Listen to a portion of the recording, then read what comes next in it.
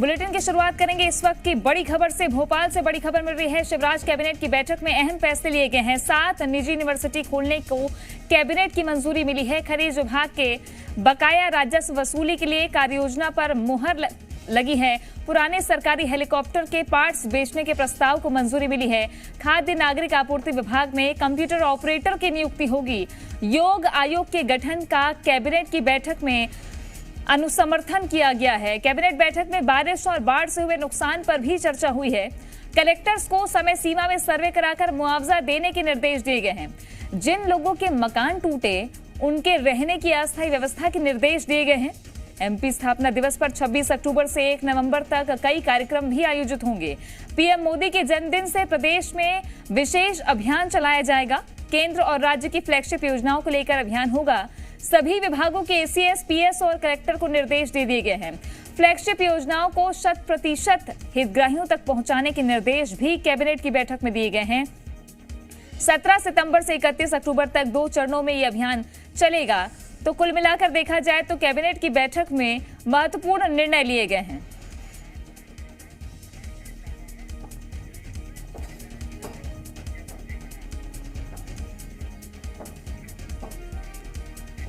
तो कैबिनेट की बैठक जो हुई उसमें कई अहम फैसले लिए गए हैं और इन अहम फैसलों के मद्देनजर कई योजनाएं मध्य प्रदेश में चलाई जाएंगी। ज्यादा जानकारी के साथ में आकाश हमारे साथ में है, रुक करेंगे उनका। लेकिन इस वक्त जो फ्लैगशिप योजनाएं हैं उसको लेकर के भी कैबिनेट की बैठक में निर्णय लिए गए हैं। एसीएस, पीएस और कलेक्टर को निर्देश दिए गए हैं। केंद्र और राज्य सरकार की फ्लैगशिप योजनाओं को लेकर अभियान चलेगा। आकाश हमारे साथ में जुड़ गए हैं। आकाश, कैबिनेट की बहुत महत्वपूर्ण बैठक, कौन से अहम फैसले हैं जो मध्य प्रदेश के लिए लिए गए? देखिए, आज कई अहम फैसले हुए हैं तृप्ति कैबिनेट की बैठक में। मुख्यमंत्री शिवराज सिंह चौहान की अध्यक्षता में बैठक हुई है। खासतौर पर जो 7 निजी विश्वविद्यालय यूनिवर्सिटीज खोली जानी है उनको मंजूरी मिली है। प्रदेश के अलग अलग जिलों में, उज्जैन, इंदौर, ग्वालियर समेत कई अन्य जिलों में 7 अलग अलग निजी यूनिवर्सिटीज खोले जाने को कैबिनेट की मंजूरी मिली है। इसके अलावा खनिज विभाग के बकाया राजस्व वसूली के लिए जो विशेष अभियान है, समाधान योजना, उस योजना को भी कैबिनेट की मंजूरी मिल गई। इसके तहत जो माइनिंग के ओनर्स हैं उन्हें अलग अलग स्तर पर जो ब्याज की राशि है उसमें माफी दी जाएगी। खासतौर पर इससे एक बड़ा लाभ होगा। जो छोटे माइनिंग बंद हो चुके हैं वो दोबारा शुरू हो चुकेंगे और हो सकेंगे और माइनर्स को एक बड़ी राहत मिलेगी। इसके अलावा जो पुराना हेलीकॉप्टर मध्य प्रदेश सरकार का रहा है वो कोरोना काल में रेमडेसिविर को लेकर ग्वालियर की ओर गया था, जहां पर क्षतिग्रस्त हुआ और लंबे समय से क्षतिग्रस्त ये हेलीकॉप्टर पड़ा हुआ था। इसके पार्ट्स को, इंजन को बेचने के लिए भी कैबिनेट की मंजूरी मिल गई है। अब अलग अलग हिस्सों में इस हेलीकॉप्टर के पार्ट्स को बेचा जाएगा। इसके अलावा सबसे महत्वपूर्ण जो निर्णय है वो खाद्य नागरिक एवं उपभोक्ता संरक्षण विभाग में एक प्रस्ताव दिया था कंप्यूटर ऑपरेटर्स की भर्ती के लिए। इस भर्ती प्रक्रिया को भी कैबिनेट की मंजूरी मिल गई है। अब खाद्य एवं आपूर्ति विभाग में जल्द ही कंप्यूटर ऑपरेटर्स की भर्ती की जाएगी। इसके साथ ही मुख्यमंत्री शिवराज सिंह चौहान ने कैबिनेट बैठक की शुरुआत में भी, बीच में भी और अंत में भी जो खास तौर पर चर्चा की है वो अतिवृष्टि से जो बाढ़ की स्थिति बनी, बाढ़ से जो विपरीत परिस्थितियां बनी, नुकसान हुआ, उस पर खास तौर पर चर्चा की गई है। मुख्यमंत्री ने निर्देश दिए हैं कि जिसका किसी भी तरह का नुकसान हुआ है उसकी भरपाई राज्य सरकार करेगी। इसके लिए तय समय सीमा के भीतर सर्वे का काम पूरा किया जाए और जिन लोगों का मकान क्षतिग्रस्त हुआ है, जिनके पास रहने की जगह नहीं है, उनके लिए अस्थायी रूप से रहने की व्यवस्था तत्काल प्रभाव से किया जाए। यह मुख्यमंत्री शिवराज सिंह चौहान की ओर से कहा गया है, क्योंकि आज ही जो विदिशा के बाढ़ प्रभावित लोग रहे हैं उन्हें राहत राशि दी गई है और अन्य क्षेत्रों में जहां नुकसान हुआ है उसका सर्वे जल्द से जल्द पूरा करने के निर्देश सीएम शिवराज की ओर से दिए गए हैं। देखिए, प्रधानमंत्री नरेंद्र मोदी के जन्मदिन पर 17 सितंबर से 31 अक्टूबर तक हितग्राही मूलक योजनाओं को आम जनता तक, जन जन तक 100% पहुंचाने के लिए विशेष अभियान चलाया जाएगा। 2 चरणों में यह अभियान चलाए जाएंगे। इसकी कार्य योजना तैयार करने के लिए सभी विभागों के एसीएस, पीएस और कलेक्टरों को इस कैबिनेट की बैठक में निर्देश दिए गए हैं। सभी मंत्रियों को भी निर्देशित किया गया है कि जो आकाश, सबसे अहम ये हो जाता है कि हाल ही में बाढ़ से उभरा मध्य प्रदेश, विदिशा के बाढ़ प्रभावितों को तो राशि ट्रांसफर कर दी गई है, लेकिन बाकी जगहों पर अगर हम देखें तो सूरत हाल क्या है, प्रशासन की टीम कितनी मुस्तैद है और बाकियों को कब मुआवजा मिलेगा? क्योंकि हमने देखा है कि प्रदर्शन भी भोपाल में देखने को मिला था। देखिए, जिस तरीके से बाढ़ के हालात प्रदेश के अलग अलग हिस्सों में हमें देखने को मिली, इसके बाद ही राज्य सरकार ने निर्णय लिया था कि सभी को मुआवजा दिया जाएगा, राहत राशि दी जाएगी। और आज देखिए, विदिशा जिले के जो बाढ़ प्रभावित रहे उन्हें मुआवजा राशि दी गई।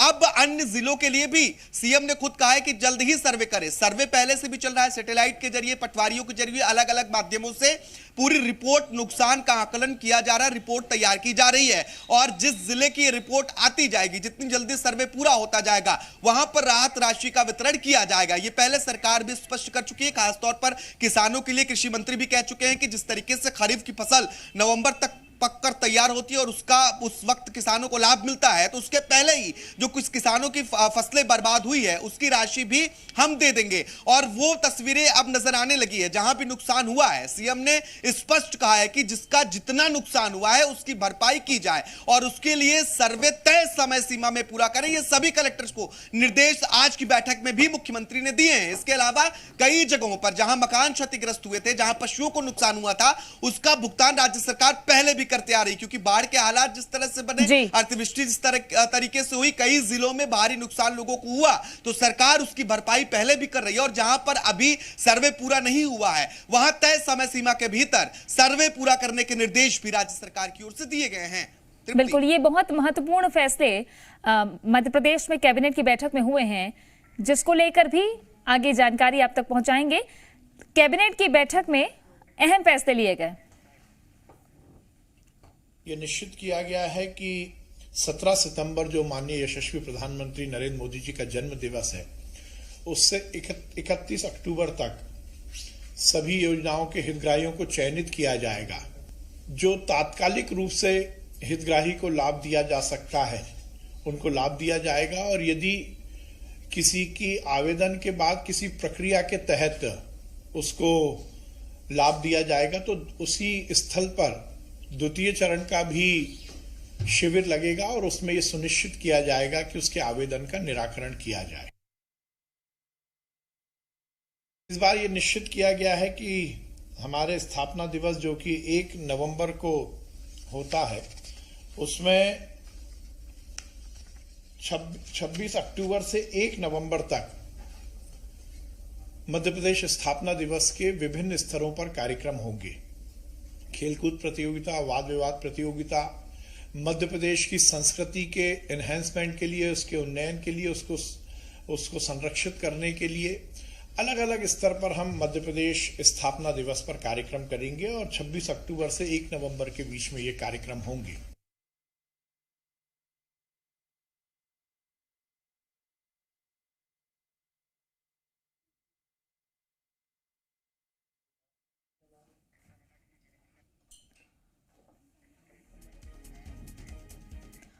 भोपाल में कमलनाथ ने सरकार पर निशाना साधा। एनसीआरबी के आंकड़ों पर कमलनाथ ने सरकार को घेरा।